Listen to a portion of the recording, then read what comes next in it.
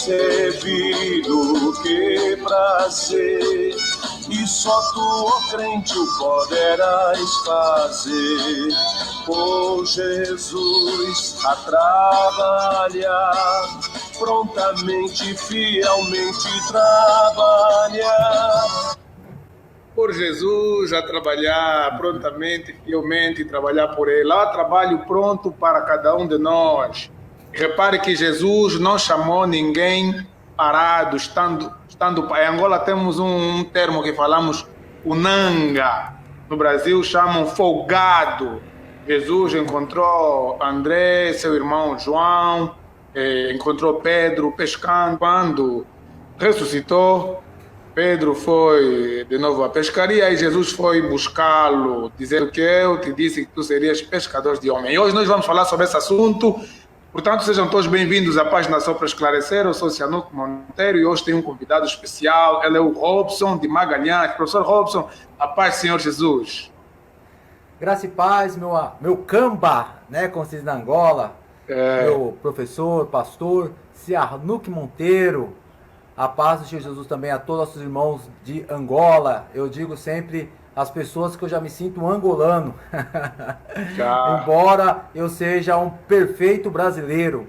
É uma mistura de pretos, brancos, índios, meus avós, tem todas essas misturas. Eu sou um brasileiro nato, mas também me sinto um angolano. Estou muito feliz em poder participar aqui da página Só para Esclarecer. Hugo Jordão, Israel... tantos e tantos, né? Eu não quero aqui acabar sendo antiético com tantos que já se apresentaram aqui, mas eu estou muito feliz, alegre, e que Deus seja louvado neste momento que nós estamos ao vivo. Que Deus abençoe a tua vida, meu amigo, meu pastor Cianuco. Que Deus abençoe tua esposa, seus filhos, seus ministérios. E eu quero mandar um abraço especial a todos os meus amigos e irmãos em Cristo lá de Angola. Há algo no meu coração que queima, e você sabe disso, meu camba, que é um dia estar na Angola, ensinando, palestrando, pregando, abraçando meus irmãos de Angola, porque eu tenho certeza que um dia eu estarei ali por mais de uma vez fazendo a obra do Senhor Jesus. Vai estar assim, nós vamos orar para que, se não acontecer esse ano, no máximo dos máximos, tem que acontecer até o próximo ano. E já tens também aqui saudação do próprio Hugo Jordão, a partir de Portugal, Porto. Eles bem são grande, precioso conteúdo para essa geração. E voltando aqui para o Brasil, estado de Minas Gerais, está o pastor José Calunga. Ele escreve, estamos aqui, bênção. Indo para Angola, Luanda, capital, Augusto Neto Lisboa, paz e graça, já estou pronto para acompanhar. Ainda em Angola temos Getsemane, Gólgota, estamos ligados. Fernando Martins, estamos conectados. Um abraço para o convidado, o professor Robson, e outro para o pastor Cianuco Monteiro. Obrigado, Fernando Martins, ele que é um seguidor assíduo desta página, está sempre aqui. Também está conosco aqui o nosso ex-colega, nosso amigo, pastor, professor Wilson Martins, a partir daqui do Brasil. E eu já falei que o Wilson Martins vai ser também um dos convidados para podermos partilhar um assunto aqui na página Só para Esclarecer. Mas só para esclarecer que tem seguidores no Brasil, Portugal, Angola e Moçambique. Eu estive aqui antes de ontem a conversar com um amigo, pastor angolano que mora aqui no Brasil já há muito tempo. Ele é pastor ele levou agora o curso de missões em Angola. É o projeto Expectativa. Não sei se o professor Robson já ouviu falar do projeto Expectativa. Ele é um dos coordenadores, fazia parte do Dr. Russell Shedd. E ele está lá em Angola, mas mora aqui em Curitiba. E nós falamos sobre missões transculturais, e esse tema também vem a calhar, evangelismo.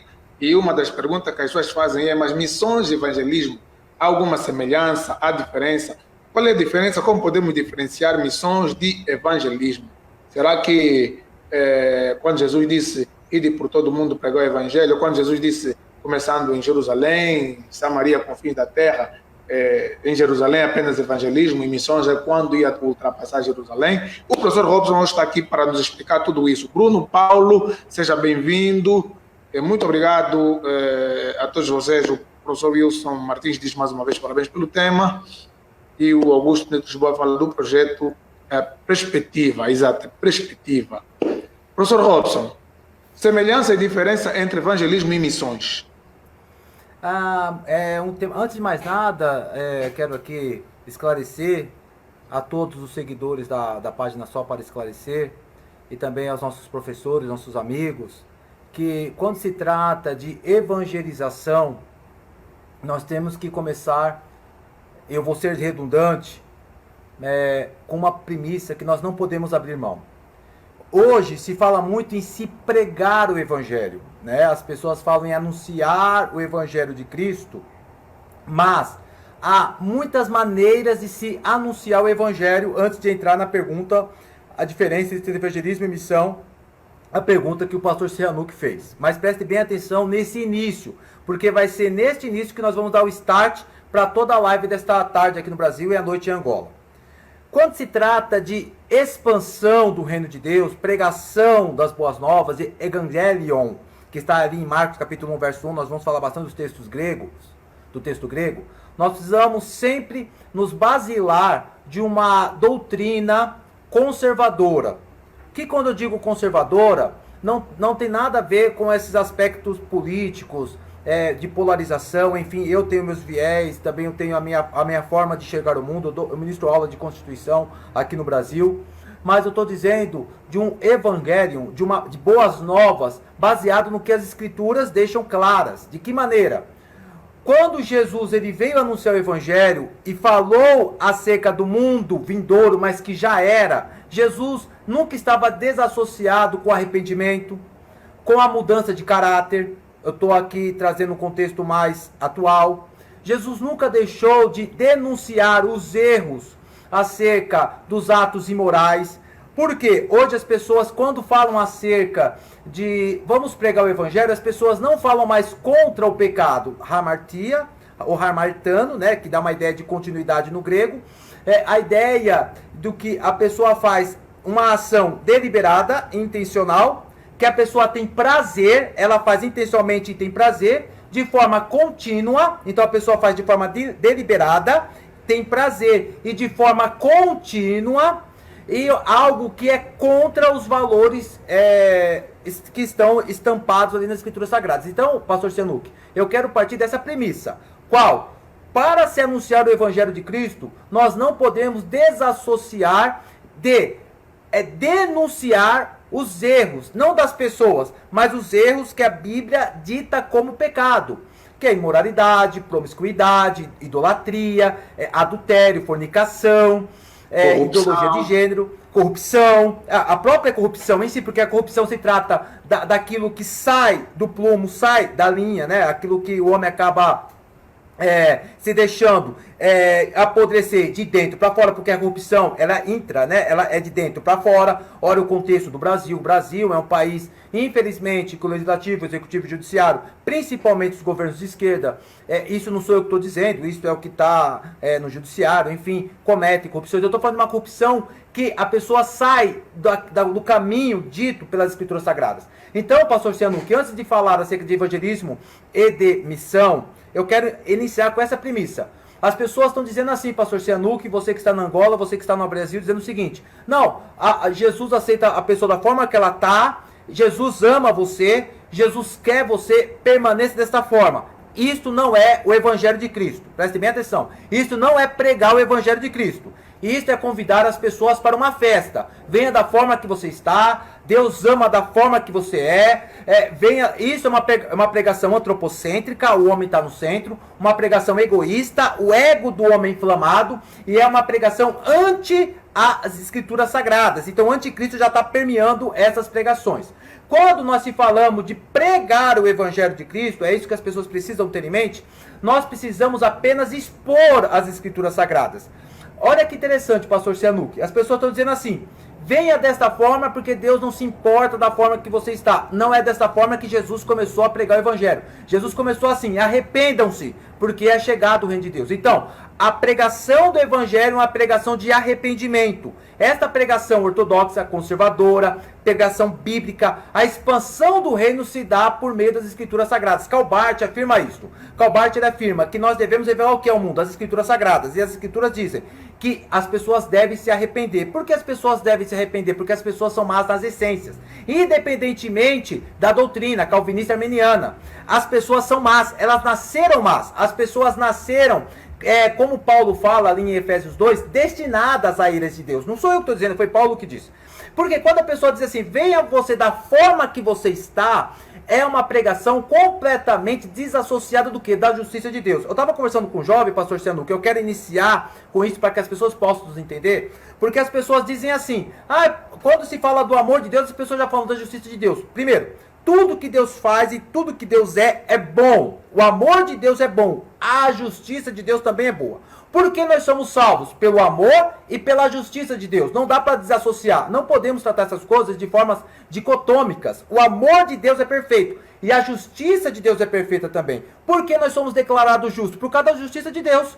Nós não somos declarados justos por causa de nós. Nós somos declarados justos por causa da ação de Jesus na cruz do Calvário. Quando ele falou tetelestai, está consumado. É um auristo, é um tempo no grego que está completamente fechado. Ele é perfeito. Então, a justiça de Deus é boa, o amor de Deus é bom. E quando nós chegamos e pregamos o amor, a justiça, nós pregamos a Bíblia na sua totalidade. Então eu quero começar com essa premissa. Quando nós iniciamos a expandir o Evangelho da forma que as Escrituras determinam, o reino de Deus se expande. Então, eu quero iniciar essa live, pastor Cianucci, trazendo essa ideia conservadora, porque essas pregações, as formas que as pessoas falam, venha da forma que você está, não. As pessoas precisam vir e elas precisam ser regeneradas. Elas vão ficar conforme Deus quer que elas fiquem. Elas vão ter uma transformação de caráter, uma transformação de índole, uma transformação no falar, uma transformação do vestir, uma transformação de como tratar a esposa, de como tratar o vizinho, de como tratar os filhos. A mudança é geral. Quem era homossexual deixa de ser, quem era adúltero deixa de ser, quem era mentiroso deixa de ser, quem era corrupto deixa de ser corrupto, quem era fanfarrão deixa de ser. Há uma mudança. Então, a pregação do evangelho se inicia dessa forma. Eu sei que me parece contundente, mas não sou eu que disse isso. Foi Jesus que disse no capítulo 4, verso 17, escrito ali por Mateus. Arrependam-se. Arrepender do quê? Dos pecados.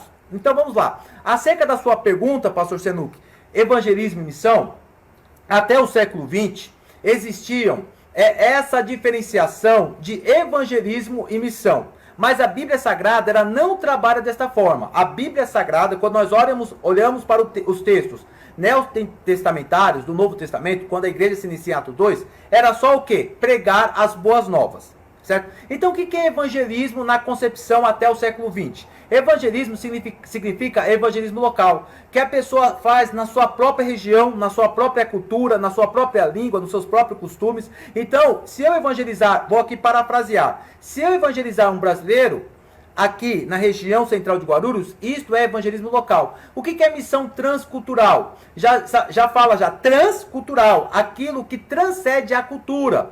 Seria eu ir até a China evangelizar um chinês, mas tem todo um preparo do idioma, do costume, da alimentação, porque rompe as culturas. Mas quando se fala de culturas é um termo bastante complicado, porque tem muitas culturas, não tem como definir culturas, há 50 definições de culturas. Atualmente, o maior escritor que trata de teologia missional é Michael Gorin.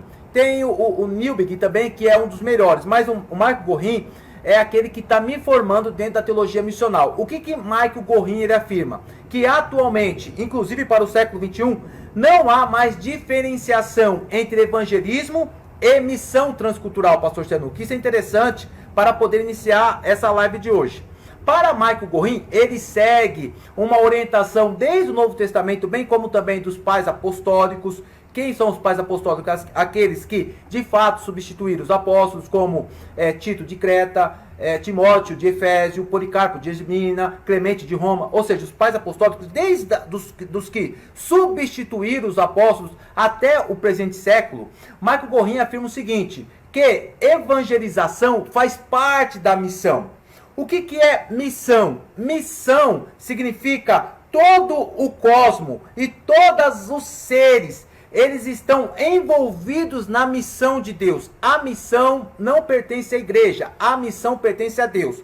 Quando nós olhamos, pastor Cianucci, para Gênesis 3,15, nós percebemos que Deus já havia traçado um plano de redenção, não para a humanidade, uma redenção para o cosmos.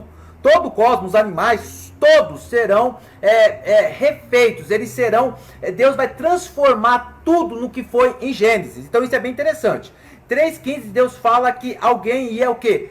Pisar na cabeça da serpente. Olha só, Deus tem um plano redentivo. Quem executou esse plano redentivo? Jesus de Nazaré. Agora as pessoas vão ficar escandalizadas comigo, mas não sou eu, é a Bíblia que fala. Quem mantém a salvação? O Espírito Santo. Efésios 1,13 fala que Deus nos selou. Deus nos selou para o dia da redenção. Então quem é salvo, eu não acredito na perca, salvação. Eu sou uma menina de 4 pontos, com todo respeito, só no caso de apostasia, que é uma coisa que, mas não quero entrar nesse ponto, de apostasia é uma coisa bem complicada. Mas enfim, o Espírito Santo ele foi selado até o dia da redenção. Olha que interessante, pastor Tiano, que o Pai planejou, o Filho executou e o Espírito Santo mantém o salvo no caminho, ou seja, em Jesus Cristo. Em Hebreus capítulo 1, verso 14, diz o seguinte, que os anjos auxiliam quem? Os espíritos ministradores auxiliam quem? Os salvos para a salvação. Os anjos estão envolvidos também no plano redentivo de Deus.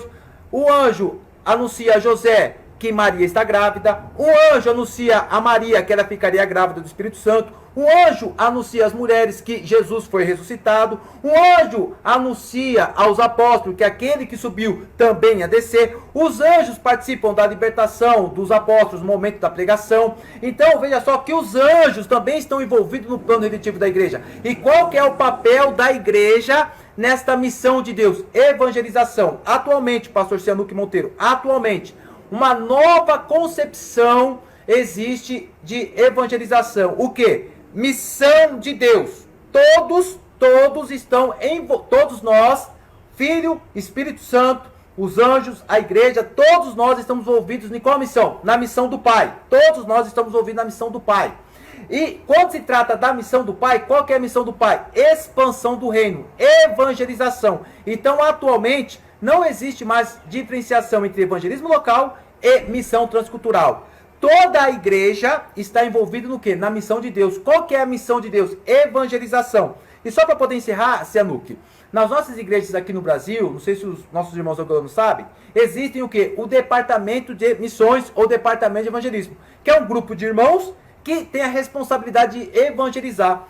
É bom por um lado, mas há um erro técnico e bíblico. Por quê? Quando se trata de evangelização, não pode ser apenas para um grupo, não pode ser apenas para um departamento, não pode ser apenas para um determinados obreiros, não. Toda a igreja deve estar envolvida na missão de Deus. Todos devem estar na missão de Deus, e eu vou explicar isso mais à frente na próxima pergunta, senão é um assunto que eu gosto muito e eu acabo gatando a quinta aqui, eu quero... ouvir os irmãos. Não, e uma coisa boa, essa empolgação do pastor e do professor Robson, e é cativante. Eu aqui já... E a entrevista corre melhor quando o entrevistador faz a pergunta e deixa o professor embalar, né? Já está na quinta e é super abençoador. E estão chegando mais pessoas. Vão convidando, irmãos, vão chamando. Toda Angola precisa ouvir isso. Já chegou aí o homem de Deus, o de Oliveira, a partir de Angola. Ele fala uma lição lá da Angola que é assim: já chegamos, camarada, que estamos de novo com vontade de aprender. Essa é a lição que nós havíamos ao ano letivo lá na escola, quando éramos crianças. Sejam todos bem-vindos. O Tony Azaf já diz, chama o Nelson Saroi, diz muito boa live. É muito boa, assim, e essa forma como o pastor Robson começa a falar aqui do envolvimento dos anjos. Normalmente, quando a gente fala dos anjos, é mais sobre a proteção dos anjos, e escapa-nos essa questão de que os anjos colaboram nessa missão de Deus para a salvação da humanidade, trazendo o recado. Isso vem através desse estudo da própria teologia bíblica, e não na forma de estudá-lo. A gente estuda a angelologia, então, de forma sistematizada, às vezes nos escapam esses detalhes que o pastor Robson aqui falou. E falou-nos também aqui de missões de uma forma bem esplêndida. Eu gostaria de perguntar do pastor Robson o seguinte: é possível extrair, a partir da Bíblia, teologia de missão? É possível extrair a teologia de missão a partir da Bíblia? E como extraí-la? Excelente pergunta, pastor Cianuque. É uma pergunta que, assim, eu gosto muito dessa pergunta porque nós, né, e os irmãos angolanos gostam também desse dualismo, né, pós-tribulacionismo, calvinismo, arminianismo. Nós somos assim, tá? Isso não é um problema da Angola, é um problema mundial, é um problema que acontece em todos os lugares, essa dobradinha, né? Aqui no Brasil tem essa ideia de Corinthians e Palmeiras, né? Não sei se as pessoas conhecem, aqui tem esse derby aqui no Brasil. Corinthians e Palmeiras são os grandes, são um dos grandes clubes aqui da região de São Paulo, então tem essa dobradinha. Mas o que acontece? Todos nós temos pressupostos. O que são pressupostos? Pressupostos é a maneira em que nós interpretamos determinadas coisas. Eu sou licenciado em letras. Então o que acontece? Quando você faz uma licenciatura, o professor, nós temos até aqui o nosso professor de filosofia, que é o professor Wilson, nós aprendemos, né, pelas diretrizes, pelo Plano Nacional de Educação, enfim, que os alunos, eles já vêm com pressupostos, eles já vêm com conhecimento prévio. Esse é o nome técnico. Que os alunos, eles já chegam às aulas com conhecimento prévio. O que é o conhecimento prévio? É uma bagagem de experiências pessoais, particulares. Então, todas as pessoas têm pressupostos. As nossas cosmovisões, naquilo que nós pensamos no mundo, aquilo que nos cercam. O meu filho mesmo, ele gosta da Marvel e da DC, porque eu sou aquele nerd, né? Eu acompanho, eu estava assistindo agora com ele Star Wars, e ele estava ali assistindo comigo, eu estava explicando para ele quem era Jedi, quem eram os caçadores de recompensas, e o meu filho de 7 anos, ele já está ali. Então isso é muito normal. Então o conhecimento prévio é algo que o professor, ele deve o quê? Ele deve aproveitar dos alunos. Eu estava conversando com a minha esposa hoje, eu sou um pastor, dirigi uma igreja, então quando eu sabia que alguém tinha um talento, eu pegava essa pessoa e deixava do meu lado. Nós temos um problema sério de querer brilhar, mas não pode ser assim, porque quem brilha é Jesus. Se a pessoa tem um talento, tem um conhecimento prévio, você traz essa pessoa a você, e dessa pessoa você extrai o que dessa pessoa? Trabalho. E dessa forma Jesus vai ser glorificado. Por que eu estou dizendo isso? Porque todos nós, pastor Cianuque, o Walter, que eu estou vendo aqui, Benji, o pastor Wilson, todos que estão aqui, Emília, todos nós temos o quê? Nós temos pressupostos, nós temos predisposição para aceitarmos determinadas coisas e não. Por que eu digo isso? Porque quando nós olhamos para a Bíblia Sagrada, nós lemos as Bíblias com as nossas próprias lentes, com as nossas próprias convicções. É por isso que algumas pessoas extraem e conseguem extrair o calvinismo, já outros conseguem extrair o arminianismo, não quero entrar em polêmica, só estou trazendo aqui só um ponto. O que chama isso? Isso chama o quê? De chave hermenêutica. O que é chave hermenêutica? É a forma que a pessoa lê a Bíblia Sagrada. Eu, pastor Cianuque, não entro nesta dicotomia entre calvinismo e arminianismo, embora eu seja um arminiano convicto. Quando eu digo arminiano é só para as pessoas entenderem, mas Armínio e Calvino veio de séculos passados, a Bíblia é muito antiga a isto. O que eu estou dizendo é o seguinte: hoje eu enxergo a Bíblia com meus óculos de evangelização. É possível extrair da Bíblia o quê? Teologia missional. Quando nós falamos de teologia, pastor Cianuque, as pessoas devem entender que dentro da Bíblia Sagrada há muitas teologias. Vou falar acerca da formação em direito. Dentro do direito há o direito constitucional, o direito penal, o direito administrativo, o direito civil, o direito dos idosos, o direito das crianças. Há vários tipos de direitos. O direito, você faz uma formação, que é um tronco, e desse tronco há ramificações. Da teologia é a mesma coisa. A teologia tem um tronco e tem as suas o quê? Ramificações. Teologia bíblica, que é a teologia que eu amo. Tem a teologia sistemática, que é a organização dos pontos. Tem a teologia pública. Esta teologia ela é espinhosa. O que é a teologia pública? É discutir teologia de gênero, legalização das drogas, proibição do aborto, é a teologia pública. Existe a teologia filosófica. A teologia filosófica é dialogar a teologia e filosofia. A teologia histórica, o que é a teologia histórica? É compreender como determinadas doutrinas se desenvolveram. Há muitas teologias, e dentre dessas teologias, há a teologia missional. O que é teologia missional? Nós olharmos para as Escrituras Sagradas com uma chave hermenêutica de missão. Como eu consigo extrair missão? Teologia da Bíblia Sagrada. Primeiro, eu preciso estudar o texto e compreender o texto naquilo que foi feito. Eu já citei aqui, pastor Cianuque, Gênesis 3,15. Olha que interessante. Gênesis 3,15, quando o casal adâmico, eles caem no pecado, Deus promete o quê? Um redentor.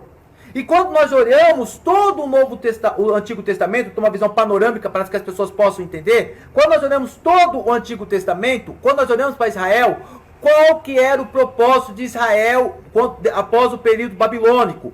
Esperar o seu Messias, o seu Salvador. Portanto, quando a gente olha ali para Samuel, quando nós olhamos ali, Samuel fala que haveria em Samuel, segundo Samuel, que faria queria ser o reinante eterno de Israel. Quando nós olhamos para Isaías, o maior profeta messiânico, quando nós olhamos para Daniel, todos esses profetas apontam para quem? Para Jesus Cristo. Por que Jesus? Porque Jesus Cristo é e sempre será o quê? O Salvador da humanidade. Quando nós vamos já para o Novo Testamento, nós vimos o quê? O nascimento da igreja em Atos 2, e todo o livro de Atos, que é o livro escrito por Lucas, Lucas tem um propósito. Qual que é o propósito? Demonstrar o desenvolvimento da igreja. Como eu olho para a Bíblia Sagrada? Eu consigo extrair da Bíblia o que? A missão de Deus. Eu consigo extrair missão de Deus em Gênesis capítulo 3, e eu quero aqui encerrar para não ficar bem extenso, até Gênesis capítulo 20.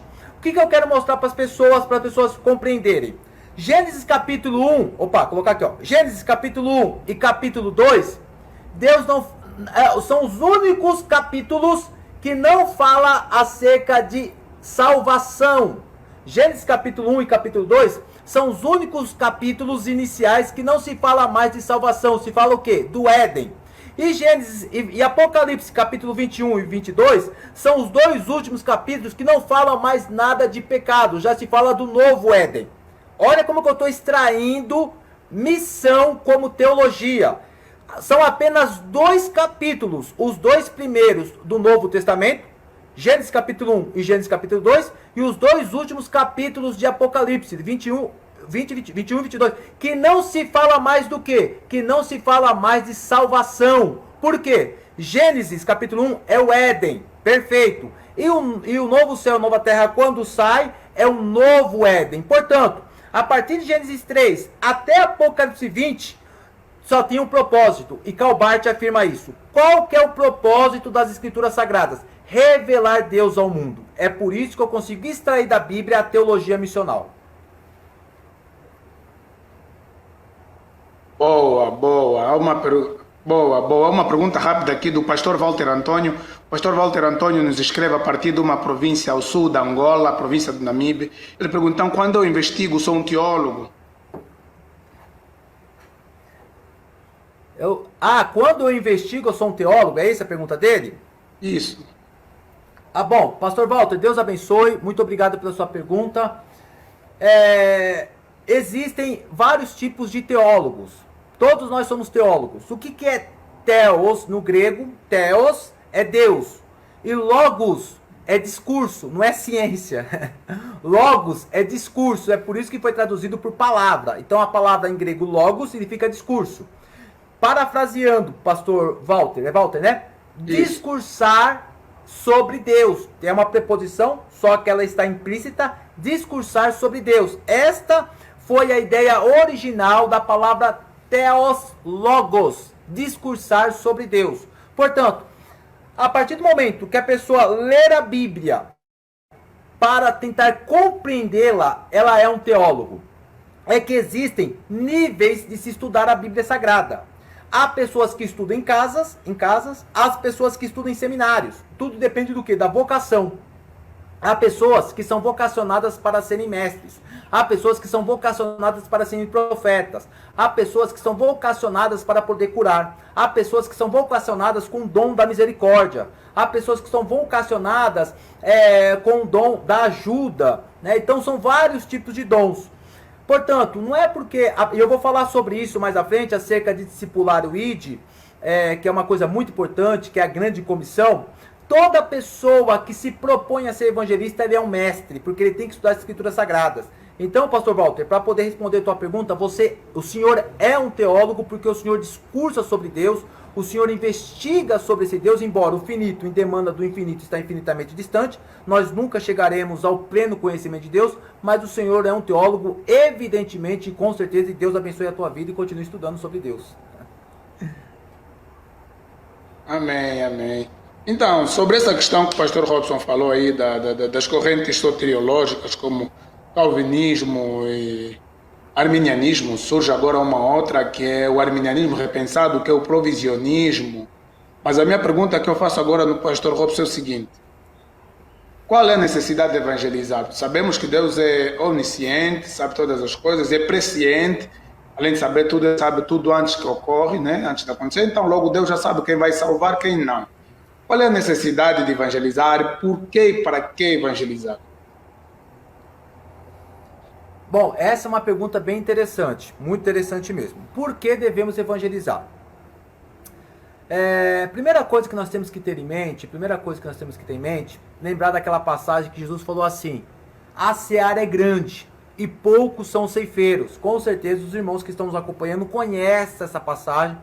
Por que Jesus disse isto, né? Jesus, ele olha para os campos verdejantes e está dizendo o seguinte: olha, a seara é muito grande, mas quem vai ceifar, quem vai colher? O que Jesus está dizendo? Jesus está dizendo o seguinte: quem vai plantar, colher, enfim, quem vai trabalhar na agricultura? Jesus tem uma figura de linguagem agrícola. Mas o que acontece? Eu trouxe aqui, baseado neste livro que eu escrevi, né? Deixa eu colocar aqui, ó, Evangelismo, a urgência da última hora, só para que os nossos irmãos possam entender, porque muitas pessoas falam assim, pastor Sianuque: o Brasil é do Senhor Jesus e o mundo é do Senhor Jesus. Não é bem assim. Segundo a fonte da religião, no mundo, olha que interessante, apenas 31,5% das pessoas são consideradas cristãs. Quando eu digo 31,5%, são todas as linhas. As linhas mais ortodoxas, mais liberais, católicos, todos aqui estão abrangendo todas as pessoas que professam Cristo como Senhor. Não importa a visão teológica. Esse que é um problema.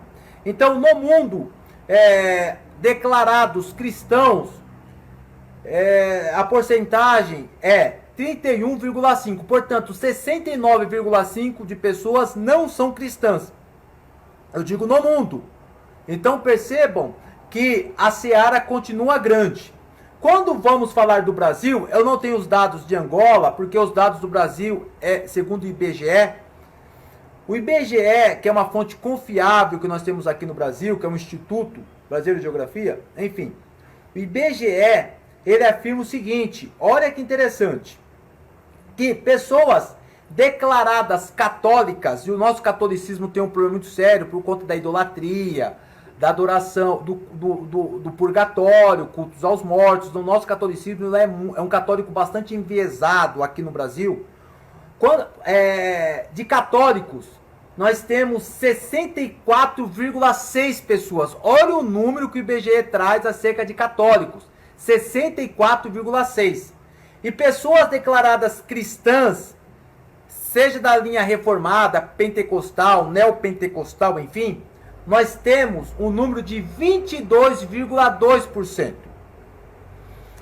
Então, os maiores religiosos aqui são os católicos, 65% quase, e evangélicos, protestantes, 22%. Eu vou traduzir isso em número, pastor Sianuque, e as pessoas que estão no Brasil, que estão nos acompanhando. No Brasil, nós temos 220 milhões de pessoas. 220 milhões de pessoas, das quais 60 milhões são declaradas cristãs. 60 milhões são declaradas cristãs. Portanto, 160 milhões de pessoas não são salvas. Olha só o número do Brasil: 160 milhões de pessoas não são salvas. Apenas 60 milhões. Então, por que nós devemos pregar o Evangelho de Cristo? Primeiro, por ser a missão de Deus. Como um rapaz colocou aqui, Missio Dei. Verdade, a missão de Deus para resgatar o homem. Exatamente, isso mesmo. O nosso irmão Fernandes. Isso mesmo. A Missio Dei. Nós somos chamados para... Pastor Fernandes é pastor da Assembleia de Deus de Angola. Ah, pastor Fernandes, Deus abençoe. Missionei, exatamente. Nós participamos da missão de Deus. Se nós participamos da missão de Deus, eu digo isso nas minhas palestras, inclusive eu tenho uma palestra hoje à noite aqui na região central de Guarulhos, nós estamos fazendo mal à missão de Deus, porque o Brasil não pertence ao Senhor Jesus. A maioria das pessoas aqui não são salvas, elas precisam ouvir o Evangelho, elas precisam compreender o Evangelho. Então, por que nós devemos evangelizar as pessoas? Porque há um número significativo de pessoas que estão indo para o inferno agora. Pastor Cianuc, meus amigos, não fiquem escandalizados. Na eternidade, nós vamos glorificar a Deus. Sim ou não? Se eu estivesse na igreja, eu ia falar, sim ou não? Cutuca o seu irmão que está do lado. Nós vamos glorificar a Deus, sim ou não? Você que está aí, você fala, amém, pastor Robson, nós vamos. Amém. Então, se nós vamos glorificar a Deus por estar na eternidade, nós vamos glorificar a Deus também pelas pessoas que não vão estar na eternidade. As pessoas, é verdade. E quem essas pessoas? Pode ser os nossos pais de sangue, os nossos irmãos de sangue, os nossos primos, os nossos amigos. Então nós vamos glorificar a Deus pelos nossos familiares estarem eternamente no inferno. Eu sei que isso é um choque, mas isso é uma realidade. É por isso que nós devemos evangelizar. Porque o número de pessoas que são salvas, segundo o IBGE no Brasil, é apenas 22%. 80% das pessoas estão indo para o inferno. E no mundo, quase 70%. A partir de Portugal, Lisboa, até a minha tia disse, pode falar, amém, vamos cutucar o irmão aqui em casa, né? Boa, tem uma pergunta aqui do professor Wilson, que ele faz, e ele diz, o campo missionário é para qualquer pessoa ou se trata de um ministério específico? Isto é um chamado? Excelente pergunta, professor Wilson, excelente pergunta. Isso eu tenho trabalhado também nas minhas palestras, eu tenho falado isto para os líderes e principalmente para o grupo de missão. Presta bem atenção que isso é interessante. Há um dado que eu trabalho isso nas minhas palestras e trabalho no meu livro também, que há possibilidades de eficiência na evangelização. Qual que é a possibilidade de eficiência pelas redes sociais? De 1 a 3%. Dá para ser evangelizado nas redes sociais? Dá. Pode fazer? Pode. Não tem problema nenhum. As redes sociais estão aí. Devem ser usadas novas tecnologias. Inclusive, qualquer professor, seja ele no fundamental, médio ou acadêmico, ele deve usar também as novas tecnologias. São meios pelos quais nós podemos utilizar. Eu imagino o apóstolo Paulo com as redes sociais. Meu Deus do céu. O trabalho que Paulo faria seria significativamente grande. Mas qual que é a maior eficiência em se tratando de números? Quando se trata de evangelização. O evangelismo dentro do contexto social. Como assim? Se eu evangelizo um parente, ou evangelizo um amigo, ou evangelizo uma pessoa aqui da minha região central, a possibilidade de eficiência, de êxito, gira em torno de 45% a 50%. Olha que interessante esse dado, professor Wilson. O número de eficiência é absurdo, de 45% a 50%. Por que eu estou dizendo isso? Porque quando eu evangelizo uma pessoa dentro do meu contexto, é mais fácil a compreensão, é mais fácil a abordagem, a pessoa me conhece, ela confia no que eu estou dizendo, ela sabe quem eu sou. É por isso que o cristão ele evangeliza primeiro pelo comportamento e depois pelas palavras. O comportamento do cristão, ele é fundamental na evangelização. Isso eu explico muito para as pessoas. Jesus, ele tinha um comportamento irrepreensível. A palavra exousia, que se fala autoridade, não é porque Jesus tinha poder, é porque Jesus era um exemplo. Quando Jesus falava, as pessoas falavam assim, ele pode falar porque ele é o exemplo. A conduta dele é ilibada, a conduta dele é correta. Então, o evangelismo dentro do contexto social, a eficiência, o número gira em torno de 45% a 50%. Portanto, uma mulher que evangeliza outra mulher dentro do seu contexto, ali no salão de beleza, fazendo os cabelos, fazendo as unhas, a mãe, a irmã, O jovem vai evangelizar o jovem. O que eu vou falar pro jovem? Eu tô com 40 e poucos. O que eu vou falar pro jovem? Eu, na minha época era o Atari, hoje é o PS5. Eu tô sabendo já que é o PS5. Então, um jovem vai evangelizar o quê? Um jovem. Um homem vai evangelizar um homem. A mulher vai evangelizar a mulher. Porque a capacidade de eficiência, ela é muito alta. Portanto, não existe evangelização apenas por chamado. Todos nós somos chamados.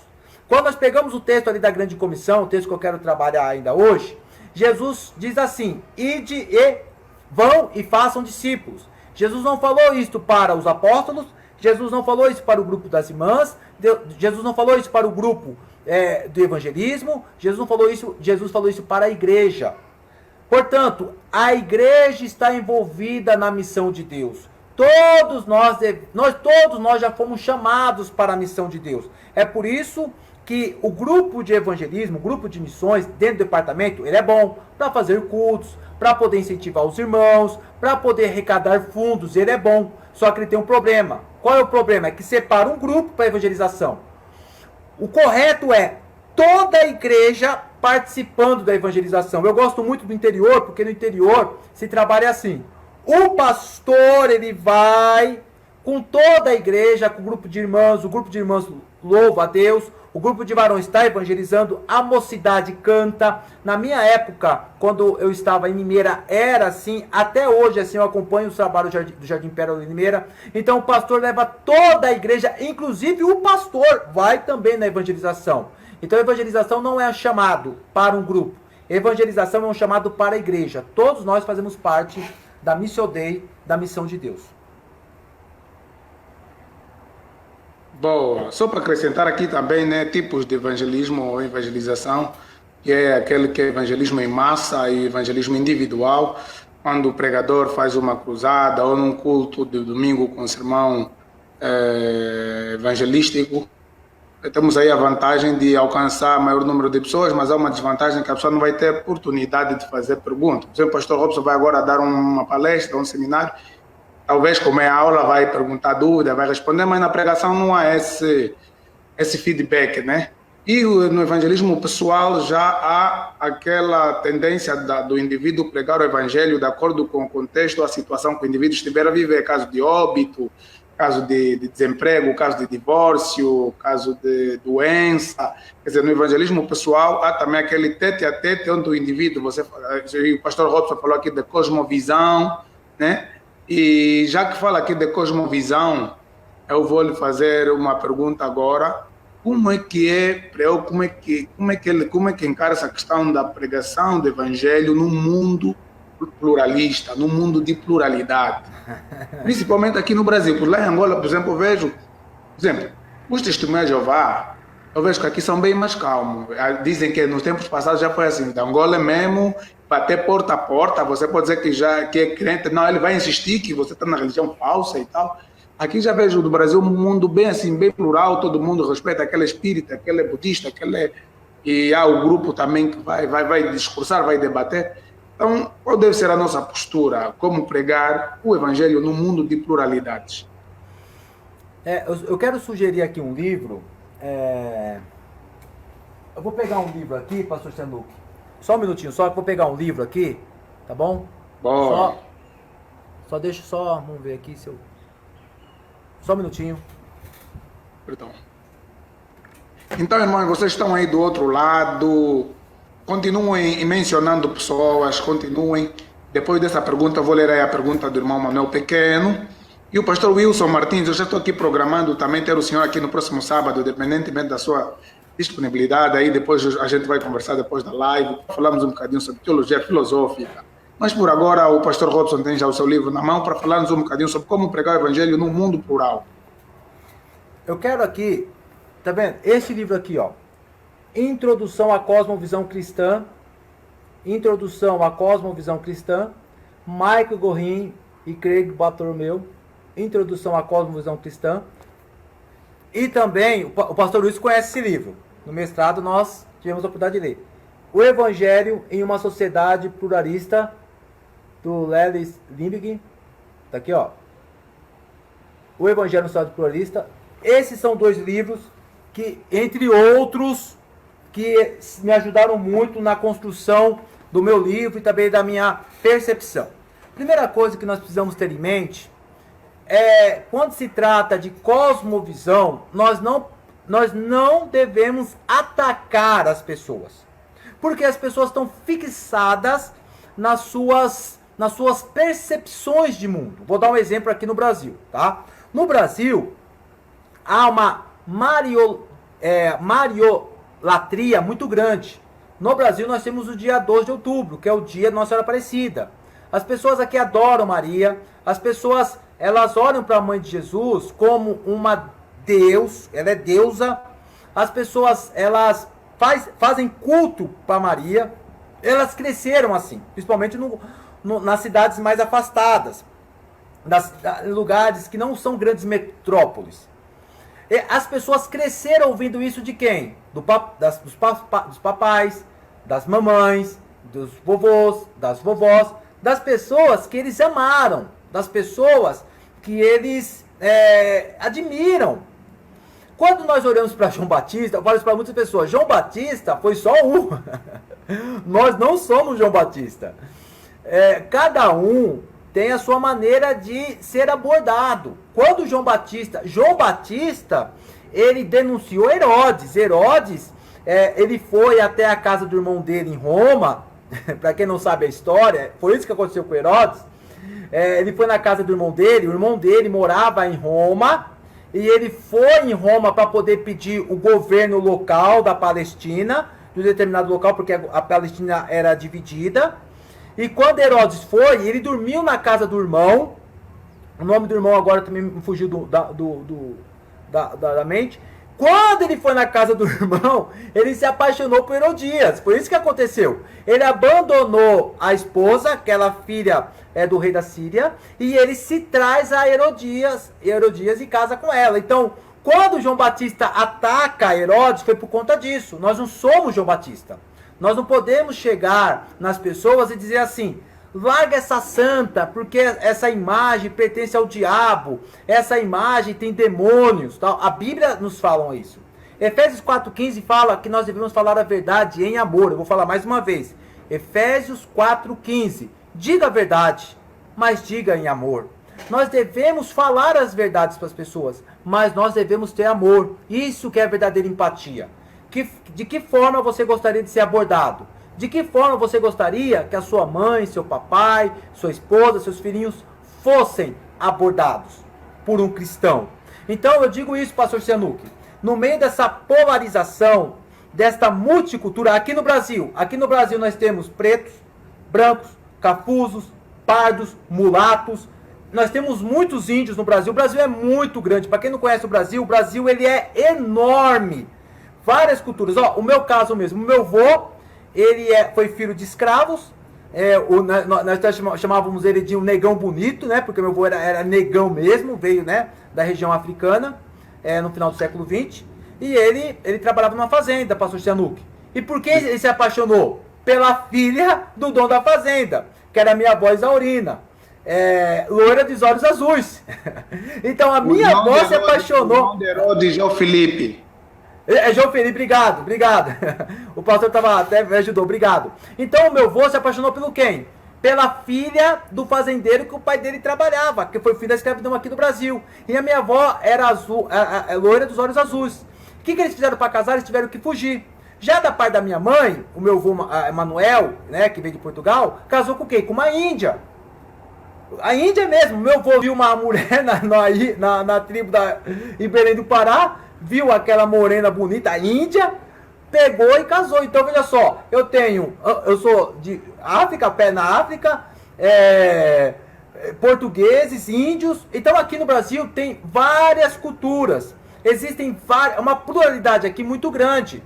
Então, se eu chegar até uma pessoa e atacar a cultura dela, eu não vou conquistar. Não é isso que Jesus faz. O que Paulo faz? Paulo fala o seguinte, que ele se fez de tudo, se transformou em tudo, para poder ganhar as pessoas. Atos 17. Atos 17 é uma lição de evangelização. Paulo fala o seguinte, que ele entra e fica perplexo, porque tinha vários altares. Inclusive, olha que interessante, pastor Cianucci, que está em Atos 17 isso. As pessoas vão falar assim, nossa, eu nunca li sobre isso. Está lá em Atos 17, leia com cuidado. Paulo fala, olha meus irmãos atenienses, inclusive eu vi um altar que estava escrito, ao Deus desconhecido. E Paulo fala, está lá em Atos 17, leiam com cuidado. Vocês adoram esse Deus sem conhecer. Paulo que fala isso, vocês estão adorando Deus, mas vocês não conhecem a Deus. E Paulo fala assim, e ele está perto de vocês. Deus não está longe dos ímpios, não. Deus está perto de vocês. Mas vocês não conhecem esse Deus. Aí Paulo começa a explicar esse Deus. Paulo não ataca a cultura, Paulo não ataca os outros altares, Paulo não joga uma bomba de Hiroshima. Eu até lembro da história que você falou de Zan e Zubizan, que eu coloco no meu livro de Deus, Espírito de Deus, quando as pessoas chegaram até a Angola e falaram, ó, os católicos chegaram e falaram, abandonem tudo isso que é demônio. Os angolanos falaram, não, isso é nossa cultura, nós vamos jogar isso fora. Foram protestantes posteriormente e explicaram, não, é Zan e Zubizan, vem cá que nós vamos explicar o que é isto. Então, nós precisamos entender o seguinte, que neste mundo plural, neste mundo de intersecções, os debates ideológicos vão ocorrer entre conservadorismo e progressismo. Nós sabemos qual que é o certo. Nós sabemos que a legalização das drogas é errado. Nós sabemos que a ideologia de gênero é errada. Nós sabemos que o comunismo ele é errado. Nós sabemos disso. Mas de que forma nós vamos abordar essa pessoa? É isso que nós precisamos saber. A maneira de abordar, o método. Nós precisamos primeiramente ter amor. Jesus, ele atacava quem? Os fariseus. Jesus nunca atacou o povo. Jesus, quando olhava para o povo com misericórdia. Ele falou assim, ele foi movido por íntima compaixão. É por isso que ele multiplica os pães e os peixes. Olha lá no texto. Jesus é movido por íntima compaixão. Jesus era movido por amor. Jesus era movido por empatia. Jesus era movido por compaixão pelas pessoas. É por isso que Jesus foi um grande mestre. Então nós precisamos orar para Jesus e entender o seguinte. Como que eu vou abordar essa pessoa? Eu vou aqui agora terminar. Só esse ponto as pessoas vão ficar escandalizadas. Pastor Robson, para qual time o senhor torce? Eu falo, depende da pessoa que eu estou conversando. Como assim? Se a pessoa for São Paulina, eu vou torcer para São Paulo. Se ela for corintiana, vai Corinthians. Se ela for palmeirense é campeão mundial de 51. Se ela for santista, vai Santos. Eu torço para todos os times. Eu não entro em brigas triviais. Eu não entro nessas discussões. Eu vou lá e falo para a pessoa, olha, Jesus ama você, você é importante para Jesus. E se ela for São Paulino, eu vou falar bem de São Paulo. Se ela for corintiana, eu vou falar bem de Corinthians. Então nós precisamos saber o quê? A maneira e o método de abordar no meio dessa pluralização de cultura. É isso que nós precisamos aprender, pastor Chanuk. Como nós devemos abordar as pessoas neste mundo plural. O problema não é dizer a verdade. Dizer a verdade, nós sabemos o que é verdade. O problema é o modo de abordar essas pessoas. Como dizer a verdade.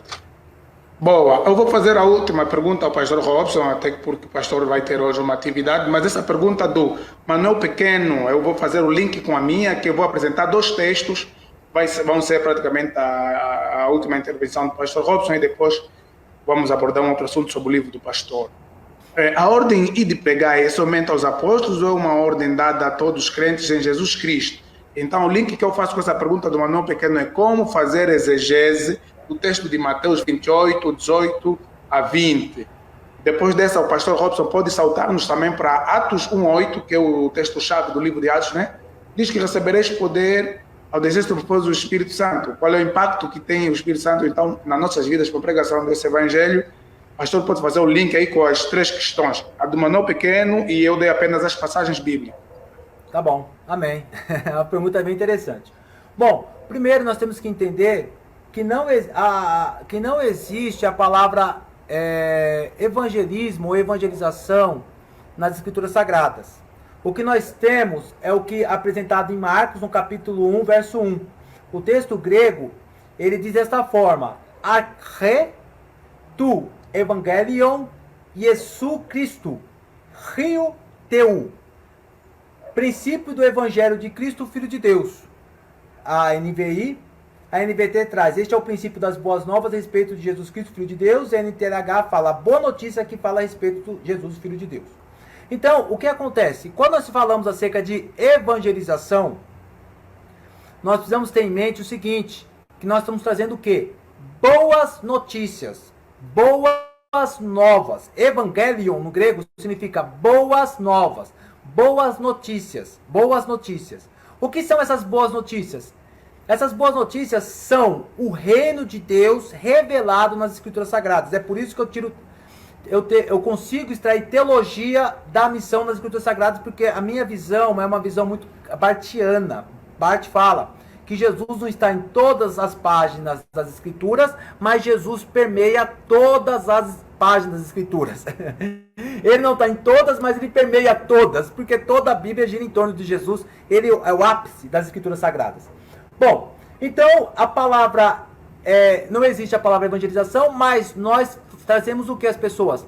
Evangelhos, boas novas. O que significa isto? É explicar às pessoas o reino de Deus. Quando nós vamos lá para Mateus 4:17, Jesus fala uma coisa bem interessante, né, que arrependam-se, pois é chegado o reino de Deus. A palavra é chegado é um perfeito que se lê engiken. O que significa isso, pastor Senuc? Esta palavra não tem na língua portuguesa, não tem em Angola, não tem no inglês, não tem em alemão, é só no grego. A palavra engiken é um perfeito. O que significa isto? Uma ação completa no passado, mas ela tem o quê? Continuidade no presente. Como assim?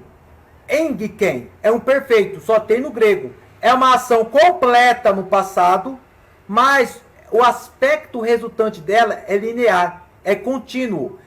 É por conta disso que nós entendemos no capítulo 17, 21 de Lucas, que o reino de Deus chegou e ainda não. Por causa do quê? Do engiken, do perfeito.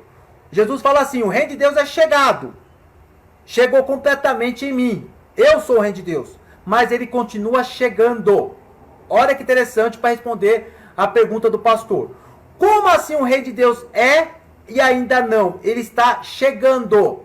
É por conta de Mateus capítulo 28. Porque a ordem ali não é apenas para os apóstolos. A ordem é uma grande comissão, é para a igreja. Se Jesus está afirmando em quem? Lucas capítulo 17, verso 20 e 21, que o reino de Deus, ele não é visível, ele não é tangível, não dá para se ver, não dá para tocar, mas ele está entre nós. Jesus está dizendo assim, o reino de Deus sou eu. Eu sou o reino de Deus. O reino de Deus é aquilo que não é visível, é aquilo que não é tangível. É aquilo que acontece dentro de você, é aquilo que acontece dentro de mim, é a transformação do caráter, é a transformação do libido, é a transformação do ser. As pessoas olham para nós e dizem assim, você está diferente. O que aconteceu com a tua vida? Você fazia isso, não faz mais, falava aquilo, não faz mais.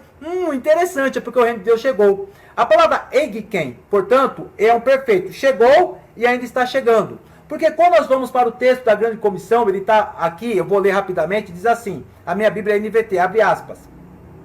Então Jesus aproximou-se deles e disse, foi-me dado toda a autoridade no céu e na terra, portanto vão e façam discípulos de todas as nações, batizando-os em nome do Pai, do Filho e do Espírito Santo, ensinando-os a obedecer a tudo o que eu lhes ordenei. Eu estarei sempre com vocês até o fim dos tempos, fecha aspas. Primeira palavra importante.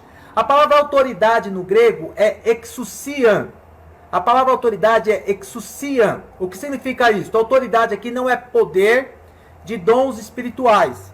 O contexto, a palavra autoridade, exousian, é que a Jesus foi entregue uma autoridade a qual é diferenciada de todos os aspectos. É uma autoridade acerca de expansão de algo novo. É uma autoridade dada à igreja que vai expandir algo novo. Qual que é esse novo? Novo Israel de Deus. O reino de Deus que chegou. Então, exousia é uma autoridade dada a Jesus que ele transfere à igreja. É isso que eu vou falar, que é bem interessante.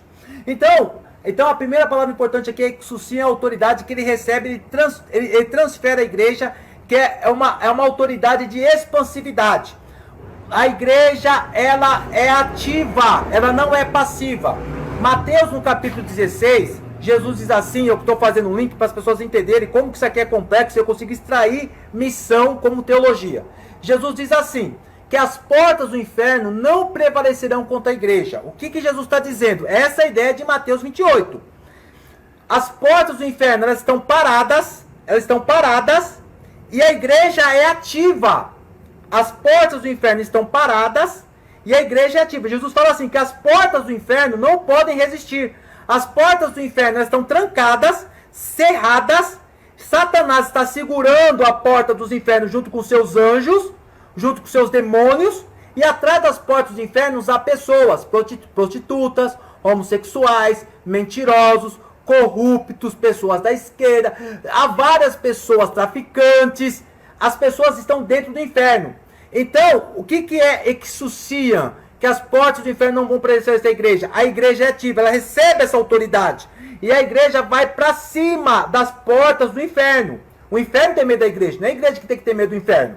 É o inferno que tem medo da igreja. Tiago fala que os demônios creem, se tremem, creem que é em Deus. E maior o que está em nós do que está no mundo. Portanto, as portas do inferno se rompem com a igreja, e a igreja entra na porta dos infernos e vai buscando pessoas, ligando pessoas até o céu. A palavra ali que vai ser ligado no céu não é colocar a mão na cabeça da pessoa, é resgatar por meio da evangelização.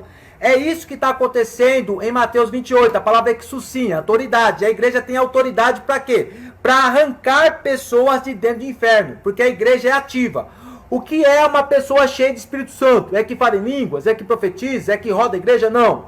A pessoa cheia do Espírito Santo é aquela que evangeliza, é aquela que povoa o céu, é aquela que fala do amor de Cristo. Dons espirituais é outro contexto, é outro texto. Vamos lá então.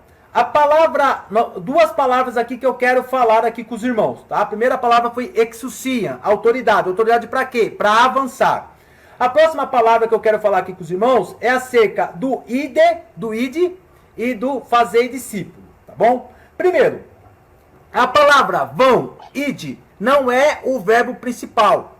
O verbo principal é fazer discípulos. É isso que as pessoas não sabem no grego. A palavra vão, no grego, ela se lê desta forma. Poreutentes. Poreutentes. Poreutentes não é um verbo. Vão não é um verbo. Está traduzindo no português. No grego, é um particípio circunstancial. O que é um particípio circunstancial? Só há força nesse particípio por causa das circunstâncias do verbo principal. Qual que é o verbo principal? Fazer discípulo. Que é a palavra matetelsati. Matetelsati. Portanto, olha que interessante, pessoal. O verbo principal é matetelsati. A ordem imperativa de Jesus não é ir. A ordem de Jesus é fazer discípulo. Respondendo à pergunta do pastor Walter, quem estuda a Bíblia é um teólogo? Eu digo, para completar, todo evangelista, todo ganhador de almas deve ser um professor de teologia. Todos. Eu vou aqui trazer uma coisa bem interessante, pastor Sianuque.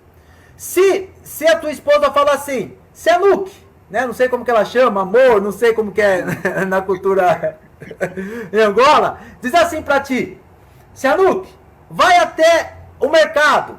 Aí você fala, tá bom. E aí? Fazer o que no mercado? Aí ela fala, vai até o mercado e compra carne, compra arroz, compra feijão. Olha que interessante. Então a força não está aí, a força está no comprar. Se a tua esposa fala assim, Sianuque, vai até a padaria. Você vai até a padaria.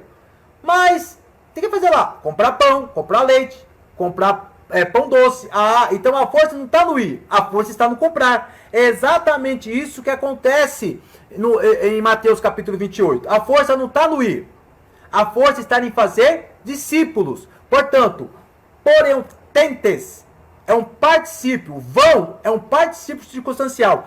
A ordem de Jesus para você e para mim é fazer discípulos. E eu quero pegar um exemplo aqui em Filipe, no capítulo 8. Quando o eunuco está lendo Isaías, o Espírito Santo fala assim para ele, ei, Filipe, encosta naquela carruagem. Ele foi. Ao Espírito Santo. Aí o eunuco está lendo Isaías. Só que ele não estava o quê? Conseguindo o quê? Entender o texto de Isaías. Aí o eunuco fala assim, você consegue... Do que ele está falando aqui? Dele mesmo? Do povo? Tu está falando do quem aqui? Aí o Felipe, você quer que eu entre e te explique? Ele sim. Aí Felipe entrou e explicou para ele as escrituras sagradas. O que eu quero mostrar aqui para as pessoas? Que nós somos o quê? Mestres. Nós somos o quê? Nós somos professores. Nós ensinamos o quê? O reino de Deus.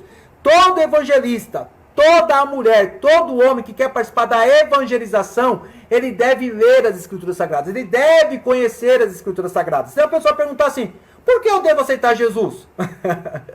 O que você vai responder para a pessoa? Se a pessoa dizer assim, por que eu sou pecador? O que você vai responder para a pessoa? É por isso que é interessante nós entendermos isso. A ordem principal não é porententes, é matestelsatis, ou seja, façam discípulos.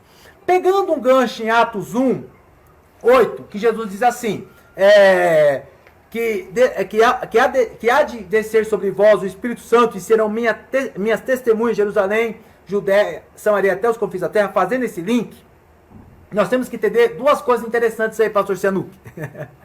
Primeira coisa interessante aí é o díname, o poder que ia descer sobre os discípulos, que ia ser o Espírito Santo de Deus. Segunda coisa interessante aí, que as pessoas precisam ler no texto, as pessoas entendem. Por que Jesus fala assim? Jerusalém, Judéia, Samaria e até os confins da terra, né? Que está ali, epistesges, né? Tesges, né? Até os confins das terras, no texto grego. Por que Jesus fala essa ordem para eles? Uma coisa muito lógica, intelectualidade, racionalidade. Nós não podemos desassociar pessoas que estão nos ouvindo, nós temos bastante público aqui. Nós não podemos desassociar poder e razão. Não há dicotomia nessas coisas. Não há dicotomia nessas coisas. Deus fez uma pessoa racional, nós temos que pensar. E Deus nos deu poder por meio dos dons espirituais. Não são coisas dicotômicas. Nós temos que trabalhar isso de forma conjuntas. Olha que interessante. Quando Jesus fala para eles que iam descer sobre eles o Espírito Santo, a palavra grega mártires, isso que é interessante, pastor Cianuc, a palavra mártires, testemunha, significa testemunhar até a ponto de morrer por Cristo. Portanto, o contexto de poder não é dons espirituais. O contexto de poder ali é expansão do Evangelho de Cristo.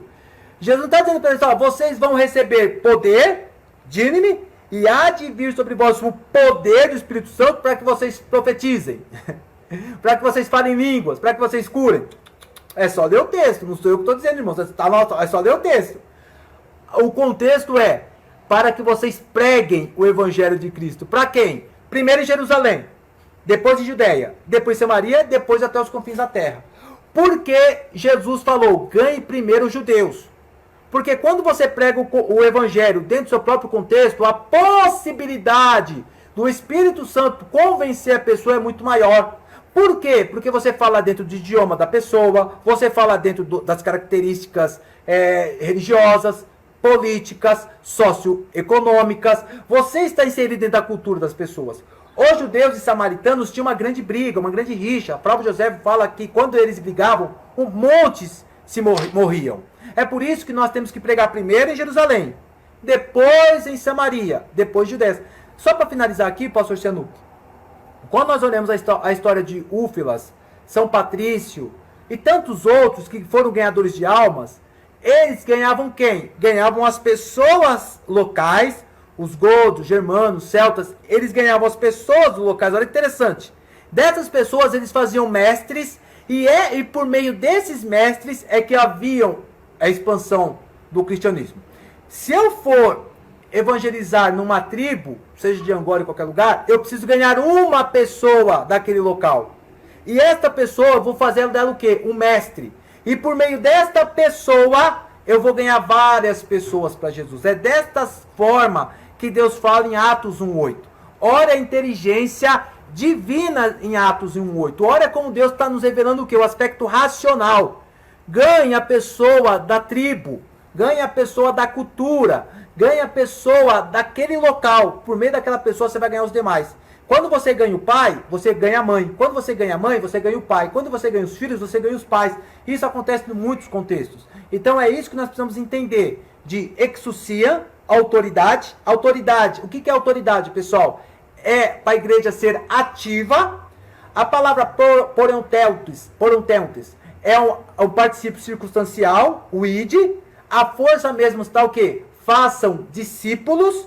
E quando se trata de díname, em Atos 1:8, de poder, de revestimento, é um poder para a expansão do evangelho. Quando se trata de mártires, é ter coragem para morrer em favor de Cristo. E ali tem o que? Um aspecto de racionalidade de Deus. Percebam como eu consigo extrair da Bíblia a teologia missional. Bom, aqui o Salvador Neto Sávio já chorou, já acabou ainda agora.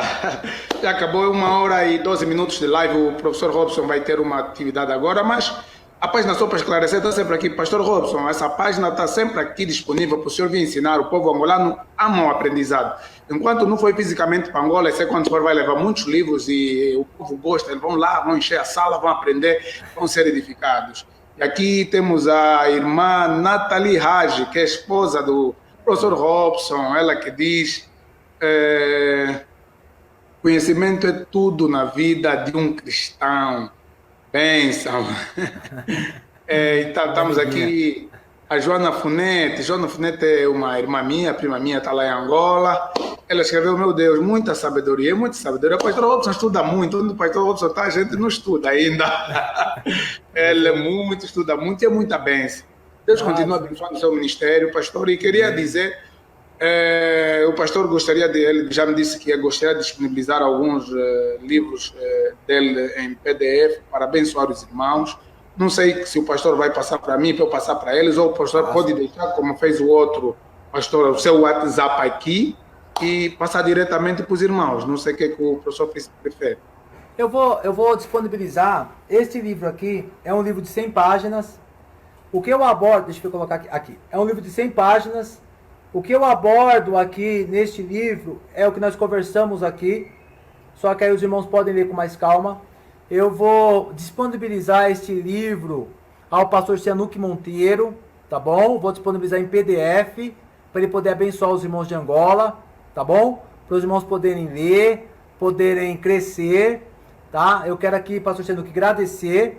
Eu quero aqui, pastor Cianuque, aproveitar, se os irmãos puderem se inscrever no meu canal, não sei como que eu faço para escrever aqui, Palavra de Fé Salvos pela Graça, né? Que os irmãos como é no YouTube, só falando o nome e eles... Enquanto o pastor vai escrever aqui, inscreve. Tá. Eu quero aqui agradecer ao pastor Cianuque pela oportunidade, tá na página aqui só para esclarecer, é uma honra. Eu amo meus irmãos africanos, eu tenho alguns amigos aqui que os irmãos conhecem, o Malu, a Israel e tantos outros, né? Eu não quero acabar cometendo... Malu vai estar aqui, daqui a dia vai estar aqui para uma live, falamos sobre a cosmovisão africana. Minha esposa colocou, se puder disponibilizar esse aí, ó, Palavra de Fé Salvos pela Graça. É esse aí mesmo. Puder colocar na tela. Então eu quero aqui agradecer aos irmãos angolanos que acompanharam a live. Eu fico à disposição, mais uma vez aqui da página só para esclarecer, para poder falar sobre outras coisas, outros aspectos, tá bom? Faltou... Quiser colocar o que minha esposa colocou aqui, pastor Cianuque? Se o pastor consegue colocar, quero escrever certinho aqui, ó. Palavra de Fé Salvos pela Graça. Consegui disponibilizar na tela para os irmãos? Como é que eu escrevi aí? Não, faltou aqui. É Palavra de Fé Salvos pela Graça. Então deixa aí, aqui na tela. Aí, ó. Esse é o canal, tá bom? No YouTube, Palavra de Fé Salvos pela Graça. Eu coloco ali alguns conteúdos, tá bom? De teologia, algumas explicações, tá bom? Tem o meu Facebook também, que é Robson de Magalhães. E também o meu Instagram, tá? Eu fico aqui à disposição, muito obrigado, Deus abençoe. E se Deus quiser, a minha esposa até falou essa semana, né? Tá com o coração apertado, porque Jesus falou para me levar para o outro lado do mundo. A minha esposa ficou preocupada, porque um profeta falou isso, eu acredito em profecias. E eu acredito que um desses lugares será Angola, e eu quero estar aí com os irmãos, com o pastor Cianuque, visitar a igreja do pastor Cianuque, fazer um trabalho junto com os irmãos de evangelização, pregação do evangelho. Forte abraço e muito obrigado a todos. Obrigado. Nós que ficaram com perguntas, não vai ser possível o pastor Robson ter agora uma palestra, mas ele é sempre nosso convidado. Eu depois vou entrar em contato com o pastor Wilson, vai ser muito bom. Facebook é Robson Magalhães. É Robson de Magalhães. Exato, Robson de Magalhães. O canal do YouTube é Palavra de Fé Salvo pela Graça. Essa página... Vem em Portugal. Vem também em Portugal. Bem, o brasileiro não precisa de visto para estar em Portugal, só comprar o bilhete e pastor Robson, com certeza. fazendo o link vai chegar lá também. Vai ser bênção de Deus. Muito obrigado, professor Robson. Essa página lhe agradece muito. Foi muito didático, muita sabedoria. Deus continue abençoando o senhor, seu casamento, seus filhos, seu ministério. Numa próxima oportunidade, nós vamos estar juntos. Deus abençoe. Amém. Deus abençoe, meu pastor. Forte abraço. Abraço a todos. Obrigado, menino. Deus abençoe os irmãos.